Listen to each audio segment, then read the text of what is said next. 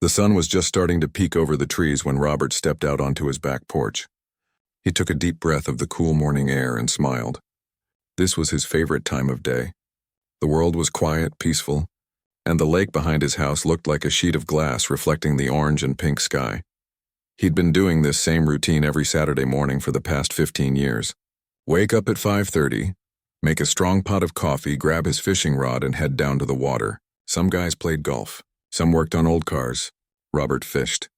It was his therapy, his meditation, his escape from everything. At 62 years old, Robert had earned this peace. He'd spent 25 years in the military, seen things he'd rather forget, and lived through enough stress to last 3 lifetimes. When he finally retired, he knew exactly what he wanted. A quiet piece of land with water where he could fish whenever he felt like it. No asking permission, no paying fees, no crowds, just him and the fish. That's why he'd bought these 5 acres back in 2010. The moment his realtor showed him this property with its own private lake, he knew it was perfect. Sure, the house needed work and the land was a bit overgrown, but none of that mattered. The lake was his. Every single drop of water belonged to him, and he'd checked the deed 3 times to make sure. Over the years, things had changed around his property. When he first moved in, there were just a few scattered houses down the road and plenty of empty land. But developers had started building a big new neighborhood called Riverside Estates about 7 years ago. Houses popped up like mushrooms. Suddenly, he had neighbors everywhere. Streets that didn't exist before now had names and mailboxes and speed limit signs. With all those new houses came something Robert had never dealt with before. A homeowners association, the HOA. He'd heard about them, of course. His brother lived in a place with an HOA and was always complaining about getting fined for leaving his trash cans out too long, or painting his mailbox the wrong shade of white. It sounded like a nightmare to Robert, but his lawyer had been crystal clear when the development started going up. Robert's property was bought before any of this neighborhood existed. His deed was older than the HOA by a decade. He was grandfathered in, exempt. They had 0 authority over his land. He didn't pay their fees, didn't follow their rules, and didn't attend their meetings. His property was his own, just like it had always been. Robert never caused any problems. He kept his grass mowed, his house maintained, and minded his own business. He figured the HOA folks probably didn't even know he existed, or if they did, they understood he wasn't part of their jurisdiction. Live and let live, right? This particular Saturday morning felt exactly like all the others. Robert carried his tackle box and rod down the worn dirt path to the water's edge. His old camping chair sat right where he'd left it last weekend, tucked under a tree. He set everything up slowly, enjoying the ritual of it all. Picking the right lure, testing the line, choosing the perfect spot to cast. The lake wasn't huge, maybe 1.5 acres of water, but it had good fish. Bass mostly, some catfish and occasionally a decent-sized carp. Robert didn't even care much about catching anything. The act of fishing was what mattered. The patience, the waiting, the hope that came with each cast. He'd been sitting there for maybe 20 minutes, his line in the water and his coffee going cold in the cup holder of his chair, when he noticed a car driving slowly past his property. It was a white SUV, pretty new-looking, and it was barely crawling along the road. That wasn't too unusual. Sometimes people got lost in the neighborhood or were looking at houses for sale. But something about this car felt different. It slowed down even more when it got to his driveway. Robert glanced over his shoulder and saw a woman behind the wheel. She was staring right at him. Not just a casual look either. She was really studying him. Her head craned to get a better view, and she had some kind of clipboard or folder in her hand. Robert gave her a friendly wave. Might as well be neighborly, but the woman didn't wave back. She just kept staring at him with this intense look on her face like he'd done something wrong. Then she drove off, still going way slower than normal. That was weird, Robert thought. But he shrugged it off. Maybe she was new to the neighborhood and just curious. Or maybe she was with a real estate company checking out the area. Either way, it wasn't his problem. He went back to his fishing, adjusting his line and watching the little red and white bobber float on the surface of the water. A bird called out from somewhere in the trees. A light breeze rippled across the lake. Everything was exactly as it should be. But that uneasy feeling from seeing the woman didn't quite go away. There was something about the way she'd looked at him. Not friendly curiosity, not casual interest. It was more like she was inspecting him, evaluating him, maybe even judging him. Robert had good instincts. You don't survive in the military without learning to trust your gut, and his gut was telling him something wasn't right about that interaction. But what could it be? He was sitting on his own property doing nothing wrong, bothering nobody. He tried to focus on the peaceful morning. The sun was getting higher now, warming his shoulders through his old flannel shirt. The coffee might be cold, but it still tasted good. His line hadn't gotten a single bite yet, but that was fine. Like he always said, a bad day fishing was better than a good day doing just about anything else. Still, he couldn't completely shake the feeling. He found himself glancing back toward the road more often than usual, watching for that white SUV, wondering if it would come back. And the thing was, some part of him knew it would. After 15 years of quiet Saturday mornings, after all this time fishing in peace on his own land, Robert had a sinking feeling that his peaceful routine was about to get complicated. He didn't know how or why yet, but something had shifted. He reeled in his line and cast it out again, watching the lure sail through the air and plop into the water with a satisfying splash. Whatever was coming, he'd deal with it. He'd dealt with worse things in his life. Much worse. Some nosy neighbor with a clipboard didn't scare him. But as he settled back into his chair and tried to enjoy what was left of his morning, Robert couldn't help wondering what that woman wanted, and why she'd been looking at him like he was trespassing on his own property. He'd find out soon enough. Robert had just started to relax again when he heard it. The sound of tires on gravel. His driveway. He turned his head and felt his stomach drop. That white SUV was back, and this time it wasn't just slowly driving past. It was pulling into his property. The vehicle parked right at the edge of his driveway, and the driver's door swung open. Out stepped the woman he'd seen before. She looked to be in her late 40s, dressed like she was heading to a business meeting instead of walking around a residential neighborhood on a Saturday morning. Pressed slacks, a blazer, and those shoes that clicked loudly with every step. She was carrying that clipboard he'd noticed earlier, along with a thick binder that looked official and important. But it was her face that really caught Robert's attention. She wore an expression he'd seen before on certain officers back in his military days, that look of someone who believed they had authority and was about to use it. Her jaw was set, her eyes narrowed, and she was walking across his lawn like she owned the place. Robert stood up slowly from his chair. His knee popped a little. Getting old wasn't fun, but at least he could still stand his ground when he needed to. The woman didn't stop at the property line or call out a greeting from a distance. She marched right down toward the lake, her heels sinking into the soft grass near the water. She was maybe 10 feet away when she finally spoke. "Excuse me," she said loudly, like she was addressing someone hard of hearing. "You can't fish here without HOA approval." Robert blinked. He must have heard that wrong. "I'm sorry, what?" "I said you cannot fish here without proper authorization from the Homeowners Association." She flipped open her binder with a dramatic flourish. "All recreational water activities within Riverside Estates require a permit. That includes fishing, swimming, boating, or any other water-related activities." Robert felt a laugh building in his chest, but he held it back. This had to be some kind of misunderstanding. "Ma'am, I think there's been some confusion. This is my property. I own this land and this lake. Have for 15 years now." The woman's face didn't change. If anything, she looked even more determined. "That's irrelevant.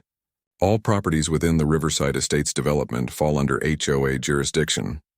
There are no exceptions." Now Robert did laugh, but it wasn't a happy sound. "No, see, that's where you're wrong. My property predates your HOA. I bought this land in 2010. Your neighborhood didn't even exist yet. I'm not part of your association, sir. I am the president of the Riverside Estates Homeowners Association, and I can assure you that all residents must comply with our regulations." She tapped her binder like it was a Bible, and she was a preacher. "You'll need to submit Form 47B for recreational water usage, along with the annual fee of $250. Once approved, you'll receive a permit that must be displayed whenever you're using the lake." Robert stared at her. This couldn't be real. "Let me get this straight. You want me to pay you $250 for permission to fish on my own lake, on my own property?" "It's not about what I want, sir. It's about community standards and regulations." She pulled a form from her binder and held it out to him. "Here's the application. I'll need it back by the end of the month along with payment. Cash or check, we don't accept credit cards for permit fees." Robert didn't take the form. "Ma'am, I don't know how else to explain this to you. I'm not in your HOA, never have been. My lawyer made absolutely sure of that when your development was being built. You have no authority over my property. Her face started turning red. Not just a little pink, but actually red, spreading up from her neck like someone was coloring her in with a marker. That's not how this works. All properties in Riverside Estates follow the same rules. If we make exceptions for one person, everyone will want exceptions. It's not an exception, Robert said, keeping his voice calm even though his frustration was building. It's the law. Property rights. I owned this before your HOA existed. I don't appreciate your tone, sir. She pulled out her phone. And I don't appreciate residents who think they're above the rules. If you don't comply voluntarily, I'll be forced to take appropriate action. Robert couldn't believe what he was hearing. Appropriate action? What does that even mean? Are you threatening me? I'm informing you of the consequences of non-compliance. She was typing something on her phone now, her fingers jabbing at the screen. This conversation is over. You have until the end of the month to submit your paperwork and payment. After that, we'll proceed with enforcement measures.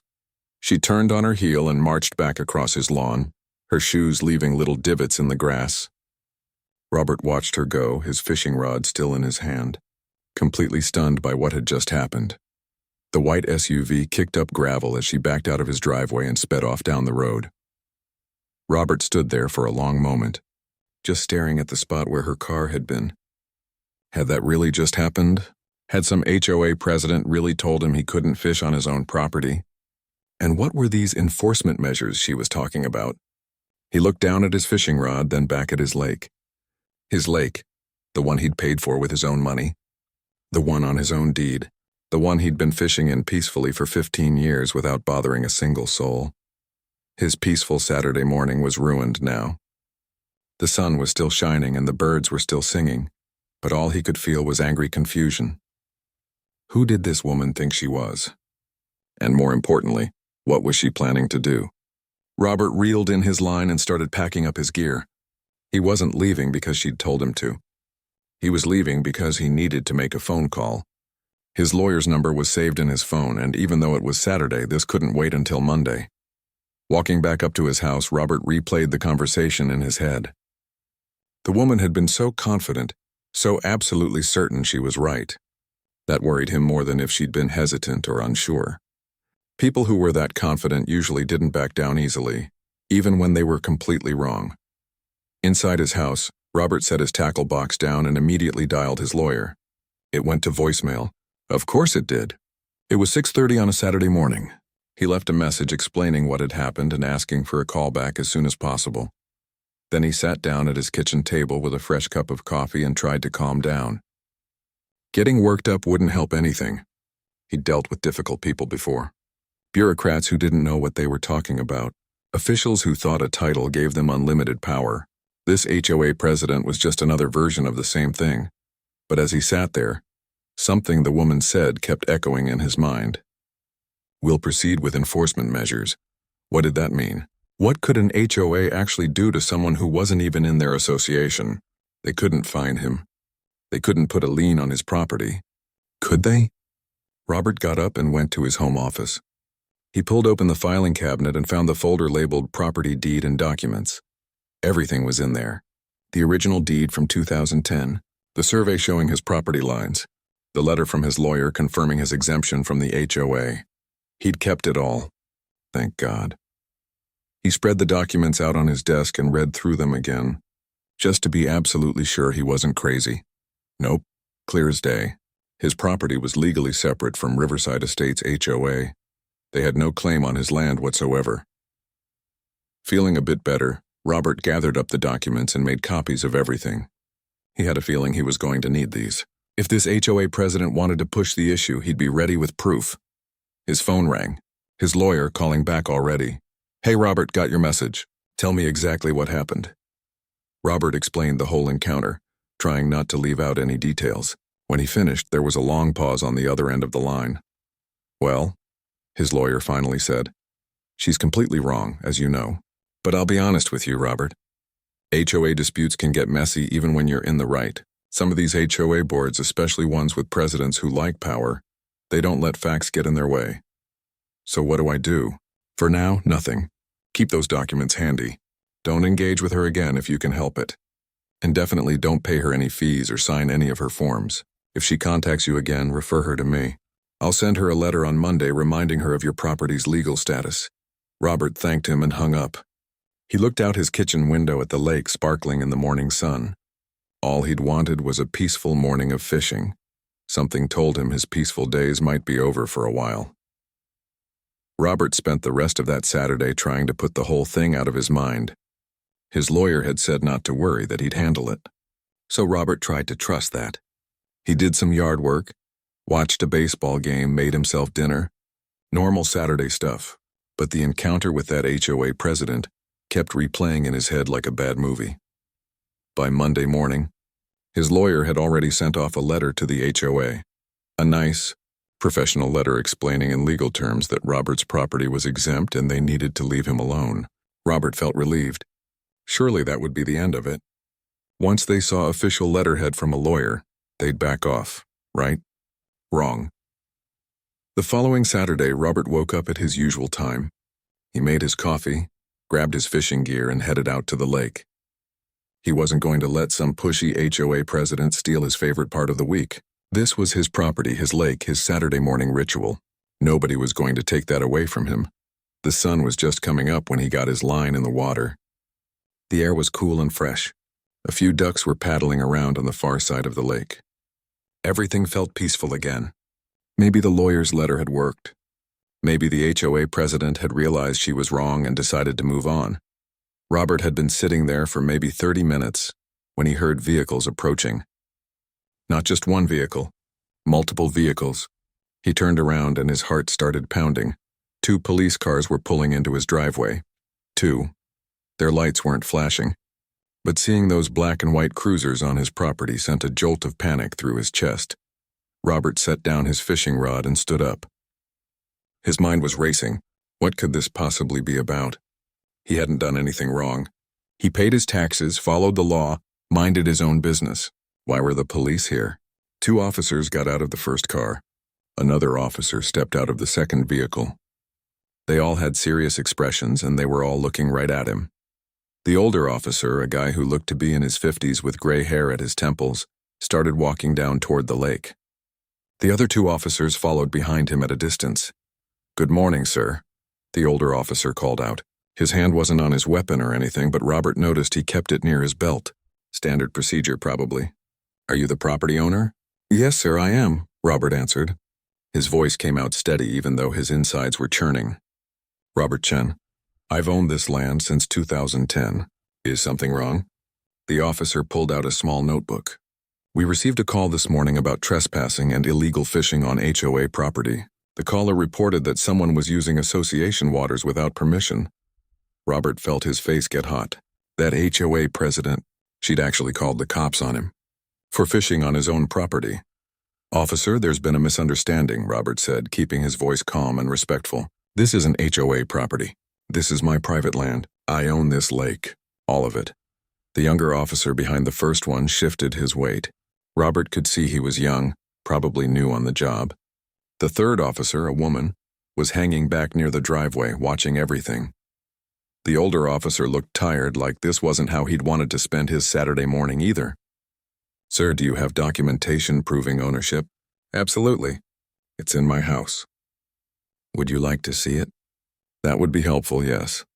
Robert's hands were shaking a little as he led the 3 officers up to his house.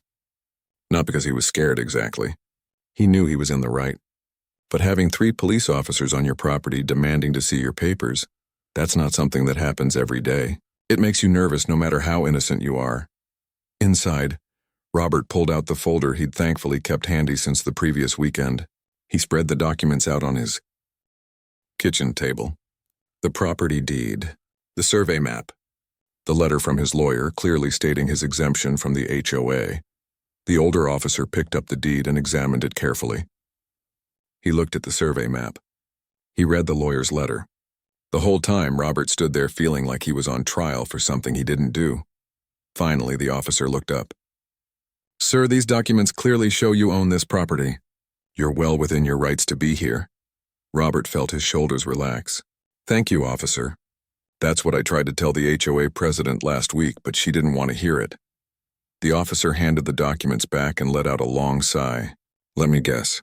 She's about 5'6", brown hair, drives a white SUV, carries around a binder like it's the Constitution. That's her exactly. The younger officer spoke up for the first time. Is this the third call from her this month? The older officer nodded. Fourth, actually. And every single one has been bogus, he turned back to Robert. I apologize for this, Mr. Chen. You haven't done anything wrong. We have to respond to all trespassing calls, but this is clearly a civil dispute that she's trying to make into a criminal matter. So what happens now? Robert asked. Nothing, as far as you're concerned. You keep doing what you're doing. Enjoy your lake. It's your property. The officer pulled out a business card and handed it to Robert. But I'll be honest with you, sir. People like this HOA president, they don't usually stop just because they're wrong. You might want to document everything. Keep records of any interactions you have with her. Dates, times, what was said. If this turns into harassment, you'll want that documentation. The three officers left, and Robert stood in his kitchen feeling drained. It was barely 7 in the morning, and he'd already had to deal with the police because some power-hungry HOA president couldn't accept reality. He should have just gone back to fishing, but he didn't feel like it anymore. Instead, he sat down at his computer and started a document. He typed out everything that had happened. The first encounter with the HOA president, the confrontation, this morning's police visit. The officer was right. He needed to keep records. Over the next 2 weeks, things got worse. Much worse. The HOA president sent him 3 certified letters. Each one was longer and more threatening than the last. She demanded he appear before the HOA board at their next meeting. She insisted he was violating community covenants. She claimed his illegal use of association resources was driving down property values. None of it made any legal sense, but the letters kept coming. Then she took it online. Robert didn't use social media much, but his neighbor Tom did. Tom called him one afternoon sounding upset. Robert, have you seen what's being posted about you on the neighborhood Facebook group? Robert hadn't even known there was a neighborhood Facebook group. Tom read some of the posts to him over the phone. The HOA president had written a long post claiming that Robert was stealing community resources and setting a dangerous precedent by refusing to follow HOA rules. She'd stirred up a bunch of people who didn't know the facts, and now there were comments calling Robert selfish, entitled, and worse. That's defamation, Robert said. She's lying about me to the whole neighborhood. I know, buddy. I posted a comment defending you, but she deleted it. She's the group admin, so she can delete whatever she wants. A few days later, Robert got a call from the county offices. Someone had filed a complaint claiming he was running an illegal commercial fishing operation without the proper permits. It was absurd. He wasn't selling fish. He wasn't running a business. He was just fishing for fun by himself on Saturday mornings. The county inspector who came out to investigate was apologetic. He took one look at Robert's setup, a single fishing rod and a camping chair, and actually laughed. Sir, whoever filed this complaint was wasting everyone's time. You're clearly not running a commercial operation. I'll close this case today. Let me guess, Robert said. The complaint came from the HOA president? I can't officially tell you who filed it, but... The inspector raised his eyebrows meaningfully. After the inspector left, Robert called his lawyer again. He was done being patient, done trying to be reasonable. This woman was harassing him, lying about him and abusing emergency services to try to bully him off his own property. I think it's time we took action, his lawyer said. Real action. Let me put together everything we need. Document everything she's done. We're going to send her a serious cease and desist letter, and if she doesn't stop, we'll consider filing a harassment lawsuit. Robert agreed. He was a peaceful man. He'd spent his whole life trying to avoid conflict when he could. But there's a limit to how much anyone should have to take, and this HOA president had pushed him way past that limit. As he sat at his kitchen table that evening, looking out at his lake in the fading sunlight, Robert made a decision. He wasn't backing down, not 1 inch. This was his property and he'd fight for it if he had to. He just hoped it wouldn't come to that. The cease and desist letter went out on a Tuesday. Robert's lawyer had put together something that made it very clear the harassment needed to stop immediately. The letter outlined every single thing the HOA president had done. The false police reports, the defamatory social media posts, the bogus county complaints, all of it documented with dates and details. Robert felt good about it. Surely once she received an official legal letter, she'd realize this was serious and back off. People like her were usually all talk. Once actual lawyers got involved, they tended to disappear pretty quickly. He was wrong again. That Friday afternoon, Robert was working in his garden when he heard something strange. The sound of heavy equipment. He walked around to his driveway and couldn't believe what he was seeing. A big landscaping truck with the HOA's logo on the side had pulled up, and workers were unloading mowers and equipment right across his driveway entrance. Robert walked over quickly. "Excuse me, what are you guys doing?" One of the workers, a younger guy in a green uniform shirt, looked uncomfortable. "Sorry, sir, we're just following orders. We were told to do the lawn maintenance on this section today." "This section? This is my driveway. You're blocking me in," the worker shrugged apologetically. "Look, man, I just do what I'm told. The boss lady said to set up here, so that's what we're doing. We'll be done in a few hours." The boss lady, of course. The HOA president had sent the landscaping crew to deliberately block his driveway. It wasn't an accident. It was another power play. Robert took a deep breath. Getting angry at these workers wouldn't help. They were just doing their jobs. He pulled out his phone and took pictures of everything. The truck blocking his driveway. The equipment spread out across his property entrance. All of it documented. Then he called his lawyer and sent him the photos. "She's escalating," his lawyer said, sounding concerned. "This is actually good for us in terms of building a case, but Robert, I'm worried about what she might try next. People like this, when they get cornered, they sometimes do irrational things. So what do I do? Keep documenting. Don't confront her directly. And seriously consider that lawsuit we talked about. I think we're past the point of this resolving itself." That weekend, Robert found something new in his mailbox. A thick packet of papers. When he opened it, he realized it was a welcome package for new Riverside Estates residents. The kind of thing you'd get when you first moved into the neighborhood. Except Robert had lived here for 15 years. Curious, he flipped through it. There was a map of the neighborhood showing all the common areas and amenities.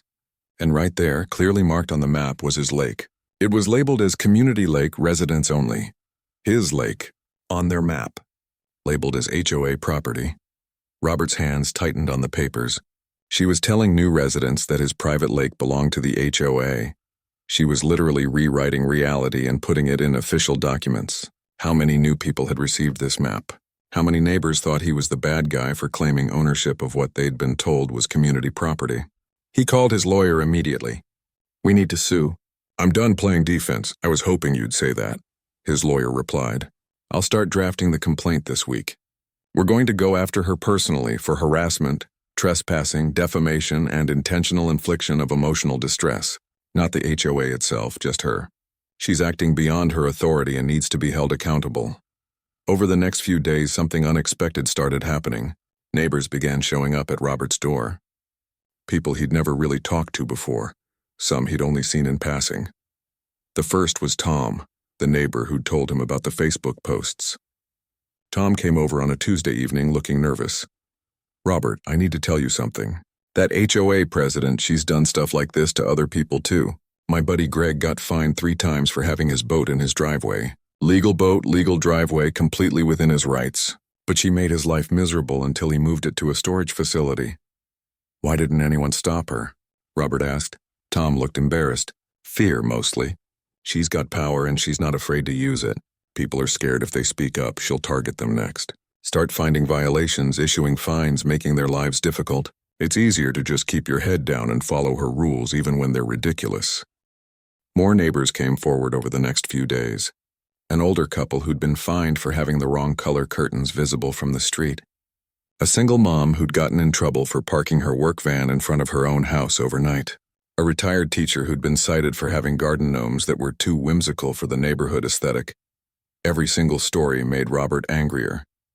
This HOA president had been running the neighborhood like a dictator for years, and nobody had stood up to her because they were all afraid. One evening, a neighbor named Bill knocked on Robert's door. Bill was in his 70s, walked with a cane, and lived 3 streets over. "I heard what she's doing to you," Bill said, settling into Robert's porch chair. "And I want you to know something. A lot of us are watching what happens here. If you fight her and win, it might give the rest of us courage to vote her out. She's up for re-election next year, you know." "I didn't know there was an election coming up," Robert admitted. "Most people don't pay attention. That's how she keeps winning. Only about 20% of homeowners actually vote in HOA elections. She mobilizes her friends and people who support her strict rules, and they outvote everyone else. But if enough people got motivated..." Bill trailed off meaningfully. Robert understood. This wasn't just about his lake anymore. This was about an entire neighborhood living under someone who abused her authority. If he backed down now, she'd just keep doing this to other people. But if he fought and won, maybe it would inspire others to stand up too. "I'm not backing down," Robert told Bill. "My lawyer's filing a lawsuit." "I'm taking this all the way." Bill smiled and shook his hand. "Good man. Let me know if you need anything. Character witness, testimony about her behavior, whatever you need." The lawsuit was filed the following week. Robert's lawyer went after the HOA president personally for everything she'd done. The harassment, the false reports to police, the defamatory statements, the intentional blocking of his driveway, the fake maps claiming his property, all of it laid out in legal black and white. Robert felt nervous after the papers were served. Part of him worried this would make things even worse. But another part of him felt relieved. Finally, he was fighting back properly. Finally, there would be consequences for what she'd been doing. The HOA president's response was to double down. She started a petition trying to get signatures from neighbors supporting her position. She sent an email blast to all HOA members claiming Robert was suing the entire neighborhood and trying to bankrupt the association. More lies, more manipulation. But this time, something different happened. People started pushing back. Tom organized a group of neighbors who'd been harassed by the president over the years. They started their own counter-petition. They began showing up to HOA meetings and demanding answers. Why was the president using HOA resources for a personal vendetta? Why had she filed false police reports? Why was she putting association funds at risk with her behavior? The meetings got heated. People who'd stayed silent for years were suddenly speaking up. One woman stood up and called the president a bully in front of 50 neighbors. Another man demanded to see the HOA's financial records, questioning whether funds had been properly managed. Robert didn't attend these meetings. His lawyer advised him to stay away while the lawsuit was pending. But Tom and other neighbors kept him updated. The tide was turning. People were waking up to what had been happening in their neighborhood. Then came the emergency HOA meeting. Tom called Robert late on a Thursday night. "You're not going to believe this," Tom said, excitement clear in his voice. "We just had an emergency vote. Someone called for the president's immediate removal, and Robert, we got the votes. She's out. Effective immediately." Robert sat down, stunned. "She's out? Just like that?" "Just like that." Turns out once people started digging into her actions, they found all kinds of problems. Mismanaged funds, made-up fines that went into discretionary accounts, unauthorized use of HOA resources for personal purposes. The board had no choice. They removed her before she could drag the whole association down with her. After hanging up, Robert walked out to his back porch. The lake was dark and peaceful under the stars. Somewhere out there, a fish jumped, making ripples across the smooth surface. For the first time in weeks, Robert felt like he could breathe properly. The woman who'd been making his life miserable was finally out of power. But the lawsuit was still moving forward. This wasn't quite over yet. Still, tonight felt like a victory. A small one, but a victory nonetheless. Even with the HOA president removed from her position, the lawsuit kept moving forward. Robert's lawyer was clear about this. Just because she'd lost her title didn't mean she shouldn't face consequences for what she'd done. The harassment had been personal, not official HOA business. She needed to be held accountable. The former president hired a lawyer of her own. For a few weeks, it looked like this might actually go to trial. Robert prepared himself for that possibility. He gathered every piece of documentation he had. Every photo, every letter, every email. His lawyer interviewed witnesses, neighbors who'd seen what happened or experienced similar treatment themselves. But as the case got closer to a potential court date, something shifted. The woman's lawyer started making noises about settling. Robert's lawyer said that was typical. Once people realize how bad their case looks, they usually want to avoid the embarrassment and expense of an actual trial. The settlement negotiations took about 2 weeks. Back and forth offers and counteroffers. Robert didn't want a fortune. He just wanted acknowledgement that what she'd done was wrong, and he wanted to make sure she couldn't do it to anyone else. Finally, they reached an agreement. The former HOA president would pay Robert $15,000 in damages. It would come from her personally, not from the HOA funds. She'd also have to issue a written apology that would be published in the neighborhood newsletter, and she'd be permanently banned from holding any HOA position ever again. On top of that, she'd have to take a property law course at her own expense. When Robert's lawyer called to tell him about the settlement, Robert felt a weight lift off his shoulders that he hadn't even realized he'd been carrying. $15,000, his lawyer said. That's actually pretty good for this type of case. But more importantly, that written apology is going to set the record straight with all your neighbors, and that permanent ban means she can't go back to her old ways even if people forget about this in a few years. What about the property law course?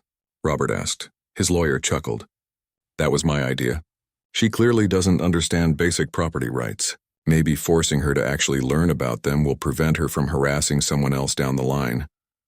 The settlement was finalized on a Wednesday. By Friday, the apology letter appeared in the neighborhood newsletter. It was brief but clear.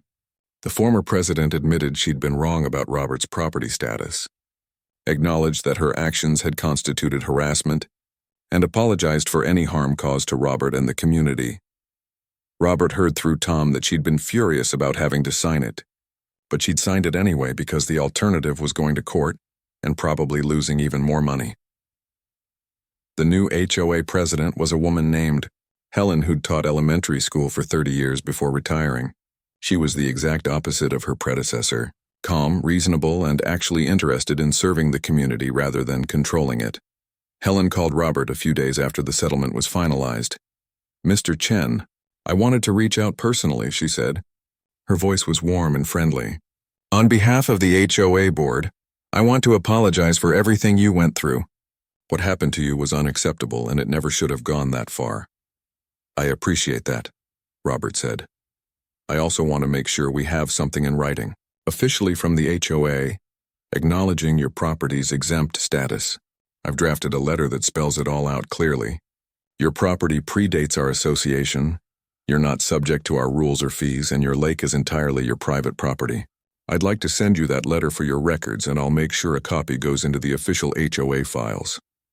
Robert was surprised by how relieved he felt hearing that. "Thank you. That would be really helpful. It's the least we can do. And Mr. Chen, if you ever have any issues with anyone in the neighborhood again, please don't hesitate to contact me directly. We're neighbors, and neighbors should look out for each other." The official letter arrived a week later. Robert filed it carefully with all his other property documents. He hoped he'd never need it, but it felt good to have that extra layer of protection. Life slowly started returning to normal. Robert went back to his Saturday morning fishing routine. The first couple of weekends, he found himself tensing up every time he heard a car drive by. But nobody bothered him. No white SUVs. No angry people with clipboards. Just peaceful mornings at his lake. Something unexpected started happening, though. Neighbors he'd never really known began stopping by to say hello when they saw him fishing. Some apologized for not speaking up sooner. Others just wanted to thank him for standing his ground. Bill, the older neighbor with the cane, became a regular visitor. He'd bring his own chair and sit with Robert some Saturday mornings even though he didn't fish. They'd just talk about life, the neighborhood, the weather. It was nice having the company. One Saturday morning, about 2 months after everything settled, Tom showed up at the lake with his teenage son. "Hey, Robert, hope you don't mind, but Danny here just got interested in fishing. I told him I knew someone who actually knows what he's doing. Think you could teach him a few basics?" Robert smiled. "Sure, bring him down." He spent the next hour teaching Tom's son how to bait a hook, how to cast properly, how to be patient and wait for the fish to bite. The kid was a good listener, asked smart questions. Reminded Robert a bit of himself at that age. "Can we come back next week?" the kid asked as they were packing up. "Anytime you want," Robert told him.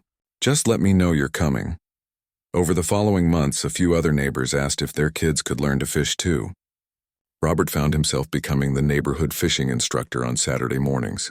It was never planned, just sort of happened naturally. Some weekends he'd have 3 or 4 kids down at the lake, all learning how to fish. The irony wasn't lost on him. The former HOA president had tried to keep him away from his own lake, claimed he needed permission to be there. Now he was sharing it voluntarily with half the neighborhood kids. The difference was simple. This was his choice, his property, his rules, his decision to be generous. One afternoon, Helen from the HOA stopped by. She had a request that made Robert laugh. "So we're planning the neighborhood summer picnic," she said, "and a few people suggested asking if you'd be willing to do a fishing demonstration for the kids. No pressure at all, and obviously it would be completely voluntary. We'd just like to celebrate the fact that we have someone in the neighborhood with this skill and knowledge." "You want to do this at my lake?" Robert asked. "Only if you're comfortable with it." Again, no pressure. Your property, your decision. Robert thought about it.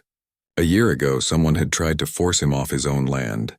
Now the neighborhood wanted to celebrate him being there. "Yeah," he said. "I think that would be nice, actually."